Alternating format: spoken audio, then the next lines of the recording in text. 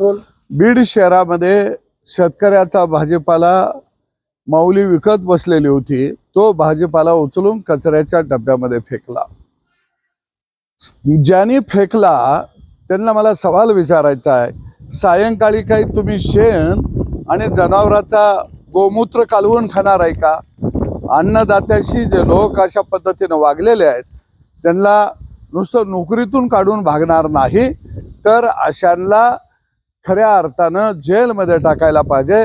अरे, शेतकऱ्याच्या जीवावरती तुम्ही 2 टाइमचं खाता आणि चालायला बोलायला लागता, याचं कुठेतरी भान असणं गरजेचं आहे।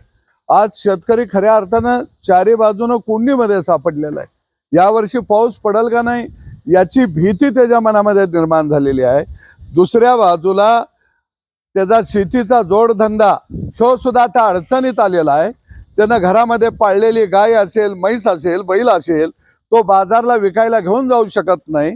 त्याच्या गाड्या जप्त होतात, पोलीस स्टेशनला घेऊन जातात आणि गोशाळेमध्ये ती जनावरं फुकटात सोडली जातात। खऱ्या अर्थानं जनावरांचे बाजार सुद्धा आठवड्याचे आता बंद पडलेले आहेत। एक तर शेतकऱ्याला या देशातनं आपल्याला हकलायचं आहे का, त्याला संपवायचं आहे का, याचं धोरण कुठंतरी आता सरकारनं सुद्धा तयार करणं गरजेचं आहे असं मला वाटतं।